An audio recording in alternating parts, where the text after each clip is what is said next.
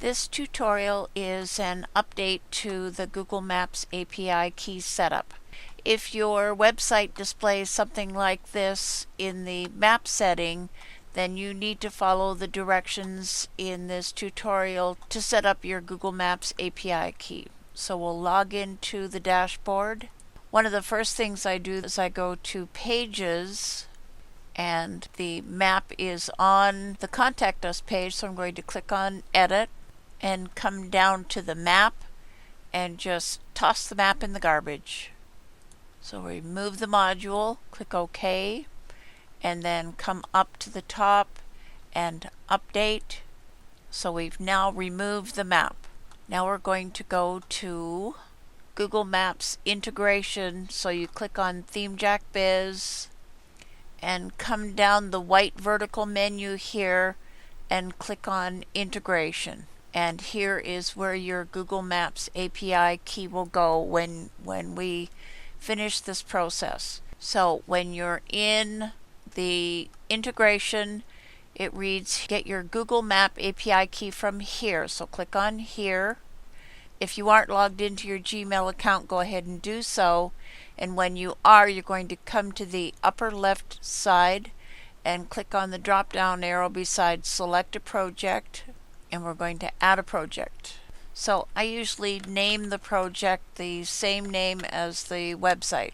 Okay, and click on create. And then if you look up in the upper right corner, you'll see this little whirly thing.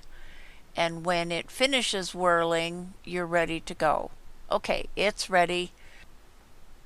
So once the whirling is complete, you want to make sure that your project name shows up over here. If it doesn't, click the drop down arrow and then click on the project that you are wanting to work on and make sure that the project name shows up here. So then we click on library, and the first one we want is Google Maps JavaScript API. So we'll click on this, click on enable. So once the Google Maps JavaScript API is enabled, it's faster to just come over to the left side and click on library. Otherwise you have to hit the back arrow twice. I'll try clicking on view all 18. Okay, and then the next one is Google Maps Geocoding API. Click on that. Click on enable. Come over to the left side and click on library. And then the next one is Google Maps Directions. Click on enable. Come over to the left side and click on library. So go back to the API library and come down to Google Plus API and click enable. And then come over to the left hand side and click on credentials.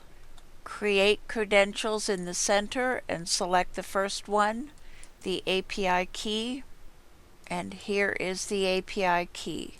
So we'll copy this.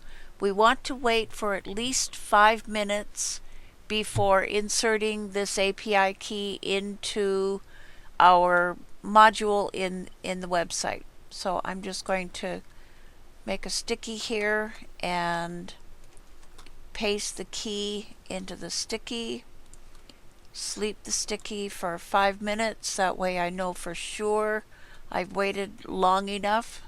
And then we'll go back to ThemeJack.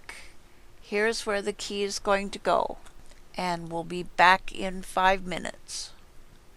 So in the dashboard you also want to come to contact and make sure all of your settings are correct here. Your street address is correct, and make sure the changes are saved. Then we go down to integration and we'll wait for sticky. Okay, the sticky has arrived. 5 minutes has passed. We'll copy the API key, paste it in place, and click save. And the map typically lives in 2 locations. In the footer, and you select the footer that is active on your site. So come down under home page and look for yes, and across and click on the writing implement. And if the map module was already there, I find it easier to just delete it, save, and then come back and edit. Actually, that's usually the first thing I do when I log into the site, is delete any of the map modules that are in the site. Okay, and then click on Add Module, come down and Add Map, and see here is the map address that I already had saved in settings. And then we come up and click on the gear on default address pin, and here is the address already located, and here we are already set up. So this works perfectly for, okay, so we'll save. Typically on the footer, I don't want to have the address boxes. You can also set the map height, show the address boxes off, and everything else is fine as it is. So click Save and Save Settings, and then next go to Pages, Contact Us, come down the screen, and we'll click on Add Module, add the map module. My address is already in the box. The pin is already there. Just to make sure, we click on the gear for default address pin. Okay. And the address box color is set at blue, and that's fine with me. We'll click Save. Scroll down the screen, and on the Contact Us page, I do want the address box. So I'll make the map height 500. You make it whatever size you want it to be. We want the address box on, and I'm going to make the address box height 50. If you add a dimension in the direction control box width, you can't necessarily make it the exact same width as the rest of the web page. So if you just leave it blank and save, and then update and preview changes, the width of the direction control box is automatically set to the width of your map. So best to leave it blank unless you want it narrow or really wide.